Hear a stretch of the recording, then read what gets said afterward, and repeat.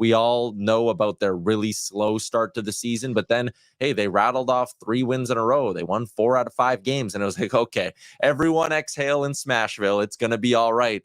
And then you look at what's happened over these last couple of games, and they're right back to where they were in the first week of the season, Frank. They've been outshot in 3 straight. They've been outscored 7-1 at 5-on-5 in those games. They are 29th in goals for. They are 24th in goals against. Like, listen, it's early. It's November 5th. And I do think what a lot of fan bases are going to do is they're going to point to the Oilers last year. They're going to point to the Blues and say, we can just go on a run like that. Look, it's happened before. But it can get late early if Nashville doesn't start racking up some wins. That's how I feel about the Preds. I think this is a team that I've ratcheted up my level of concern from a 3 to a 6 on a scale of 10. It's doubled in short order. You see 29th in the league in goals for. I see 32nd in the league in goals for at 5-on-5.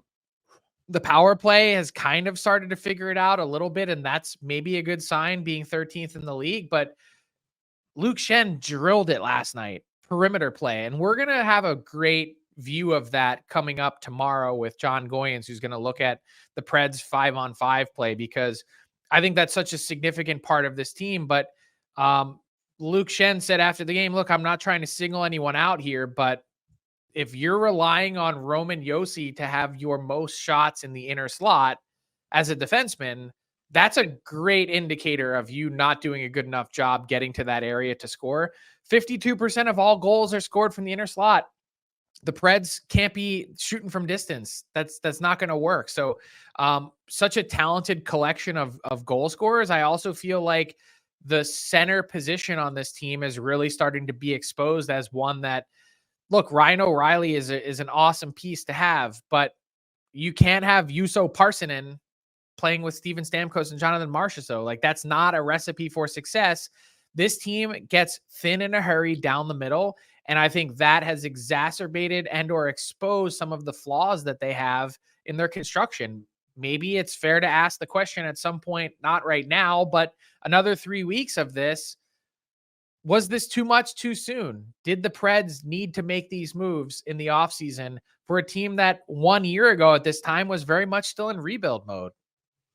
Yeah, listen, the team that wins the offseason very rarely goes on to win the Stanley Cup. And I'll give our pal Jason Gregor some credit, not that he needs it. But I remember him saying when they made all those moves, he was like, they don't have centermen. You can have all the skilled wingers you want. If you do not have centermen, you're not going to be able to win in the middle of the ice. And we're seeing that.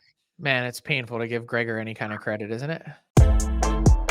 What's up, hockey fans? If you enjoyed that video, then you need to be hitting the subscribe button right here at Daily Faceoff. Exclusive interviews and analysis from our hockey insider Frank Seravalli, fantasy updates from Brock Sagan, and a daily live show at noon Eastern, Monday through Friday. You don't want to miss any of the fantastic content, so hit that subscribe button.